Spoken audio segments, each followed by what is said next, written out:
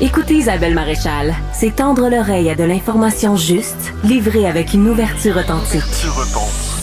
Isabelle Maréchal. On est en compagnie de Jacques Letourneau, ex-président de la CSN, qui analyse l'actualité politique, économique et sociale pour nous. Jacques, on parlait tout à l'heure, on a parlé beaucoup d'économie, là. Ça fait réagir, entre autres, Claude. Les dépenses militaires, là, entre autres. Claude de Mont-Saint-Grégoire au 1-877-827-2346, 187 Cube Radio. Il va de cette phrase... Monsieur Letourneau, il dit « Excusez-moi, mon cher monsieur, mais quand l'inondation s'en vient, on fait des chaloupes, pas des dépanneurs. » Ah, ouais, mais écoute, l'inondation, ça voudrait dire que les menaces, on peut-être, entre en guerre contre les États-Unis, là, c'est ça, là? Ça veut dire qu'on est en... Il y a comme une insécurité quand même. Non, mais je reviens à mon point de départ. C'est quoi la plus grande menace en ce moment sur la planète? C'est la Chine, sérieusement, là? Avec qui on vient de faire un accord de commerce sur les voitures électriques. Puis la Russie, sérieux, qui s'enlise en Ukraine de plus en plus. Je dis pas que ce sont pas objectivement des menaces, ce sont des puissances militaires, mais c'est les États-Unis actuellement là, qui troublent l'ordre mondial. Fait que là, on achète des avions des Américains, puis ça a l'air qu'ils contrôlent à distance les F-35. Ouais. Qui auraient le droit là, de dire non. Fait que moi, je veux bien qu'on achète des chaloupes. Le droit, c'est qu'ils le prendraient. Je veux bien qu'on achète des chaloupes, mais nos dépanneurs mais les rames, elles viennent d'où? Ouais. Puis je trouve que les dépanneurs, en ce moment, ils font dur pas mal. Écoute, on voulait parler d'Hydro-Québec parce que là, plusieurs choses. Dans l'actualité, là, on a vu, il y a une nouvelle, un nouveau sondage d'Options consommateurs qui nous dit justement qu'Hydro-Québec, c'est un nouveau rapport de l'Union, en fait, des consommateurs, qui dit qu'Hydro-Québec voudrait investir, mais ça, on le sait, là, 180 milliards sur 10 ans pour faire 60 TWh d'électricité d'ici bientôt, 2035. Et là, ce que nous dit l'Union, c'est ce projet-là risque de faire exploser de 50 % d'ici 10 ans votre facture d'hydroélectricité. Évidemment, là, quand tu es un consommateur d'hydro, ce qui est à peu près le cas de tous les Québécois qui habitent quelque part, on a tous une facture d'hydro. Là, tu regardes ça puis tu te dis, ben voyons donc. Moi, vite de même, il y a quelque chose que je comprends pas parce qu'il y a quand même une régie de l'énergie. Oui. Il y a quand même eu l'engagement. Après, bon, tout ça peut changer, mais tu sais, en ce moment, François Legault a quand même gelé ça à 3 %. C'est ça. Fait qu'en théorie, ça peut pas être... Là, 50 % en 10 ans, ça voudrait dire 5 % d'augmentation moyenne par année. Ce qui serait quasiment le double de ce qui est permis, ou en tout cas de ce en quoi le Québec s'est engagé. Ça me paraît beaucoup. Ouais. Mais bon. C'est parce que souvent, ces prévisions-là, puis là, je suis pas un spécialiste pantoute de l'énergie, il y a du monde qui pourrait t'en parler mieux que moi, mais je suis ça quand même un peu, c'est que ces prévisions-là, souvent, sont au-dessus un peu des objectifs réels. Tu te rappelles-toi, M. Fitzgibbon, là, il nous disait, hey, j'ai un gros carnet sur mon bureau là, de 70 entreprises qui sont prêtes à venir s'installer. Bon, qu'est-ce qu'on a retenu? On a retenu Nordvolt. Là, je souris, mais je trouve pas ça drôle parce que moi, j'étais derrière Nordvolt. Tu sais, des fois, on passe pour de... Ben, moi, je trouvais que si tu viens chercher du lithium puis du graphite dans le sol, je parlais des mines de miel tantôt, mais de faire de la première, de la deuxième, de la troisième transformation, c'est pas bête. Donc, j'avais même backé de façon annuelle, comme personnalité en plus. Je m'étais même osé en disant, M. Fitzgibbon, je trouve qu'il prend les affaires en main, puis bon, ça a fait patate. Puis je pense que tout le reste a fait à peu près patate. Alors là, il y a des objectifs louables de développement, mais il faut que ça se finance. Et comment ça se finance, Hydro-Québec? Ben, il faut qu'il y ait des revenus rentes. Et... Tu sais, le gouvernement de la CAQ a bien gros politisé l'affaire Fitzgibbon, mais M. Legault, il s'en est mêlé. Normalement, c'est pas le premier ministre qui dit qu'il y a un plafond là, à 3 % où l'augmentation va être. Et là, M. Legault l'a politisé, cette question-là. Résultat, c'est que tu pèles par en avant.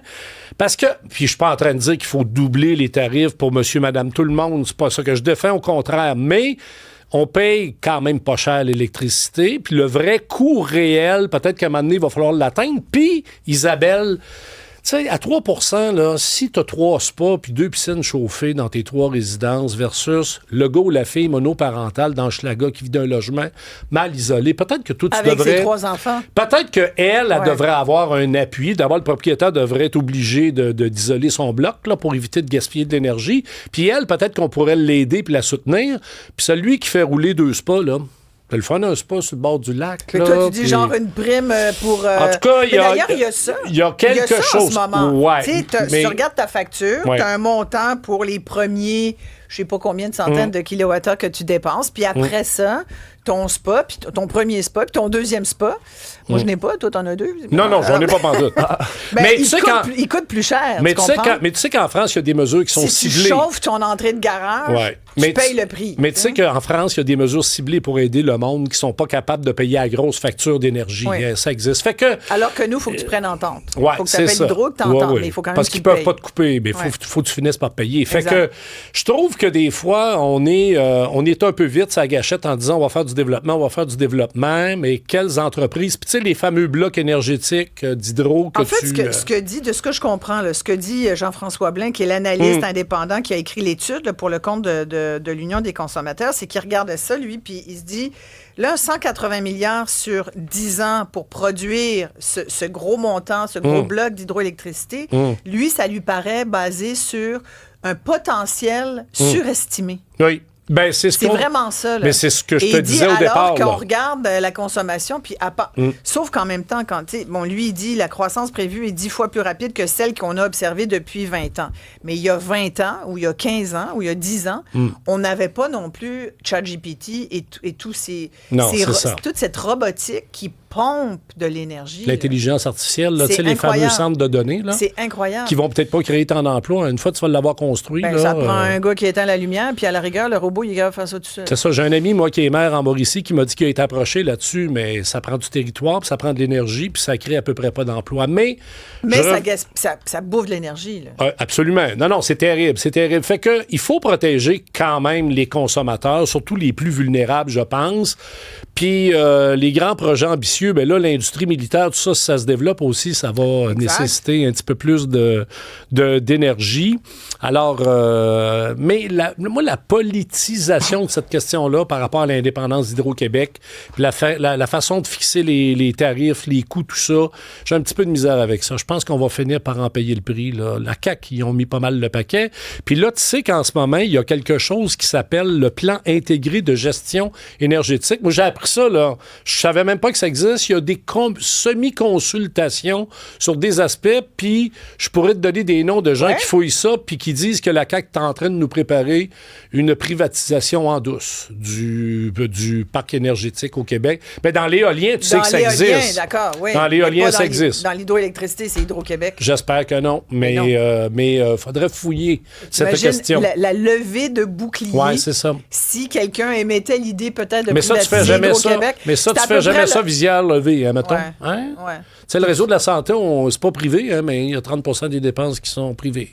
Ouais. Ça se fait à la longue à un moment donné. Oui, tout à fait. Puis tu as raison, dans l'éolien, c'est clairement le privé qui a l'avantage. Mais en tout cas, je trouvais ça intéressant. Une chose est sûre, là, où je pense qu'il faut se rallier avec ce que ce chercheur-là disait, là, de l'Union des consommateurs, entre autres, c'est qu'il va falloir qu'on prévoie que les consommateurs, les travailleurs, les citoyens prévoient dépenser plus en énergie dans les années à venir.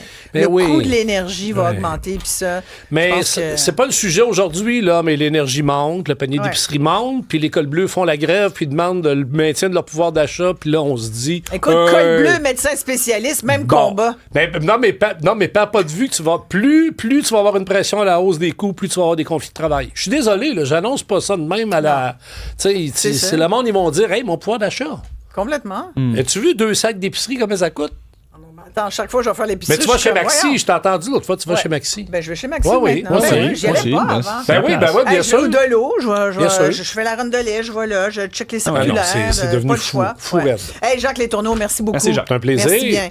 On s'arrête ici tout de suite après la pause. On va continuer. Vous savez, l'autre jour, nous avons reçu Frédéric Proulx.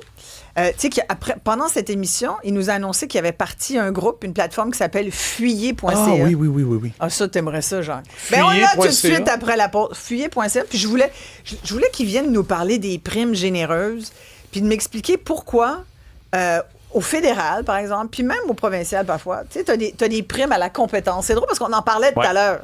Avec Dr. Barrette. Et tout le monde a la même prime. Tout le monde est compétent pareil. Et pourtant, au fédéral, ça? Oui, au fédéral. Tu veux-tu rester? Probablement que dans les ministères, la prime est répartie de façon équitable. J'imagine, ça doit être des cibles d'équipe. C'est des cibles d'équipe, probablement. J'imagine. Mais peu importe, là, comment tu comprends? Oui, bien sûr. Qu'est-ce que tu viens de dire là, sur les conflits de travail, puis que dans le fond, pour le monde ordinaire, c'est difficile. Oui, tout à fait. Puis à un moment donné, une prime, c'est comme une médaille. Si tout le monde en a une, ça vaut quoi? Ça n'a plus le même effet. Je vous pose la question. On reste là, tout le monde.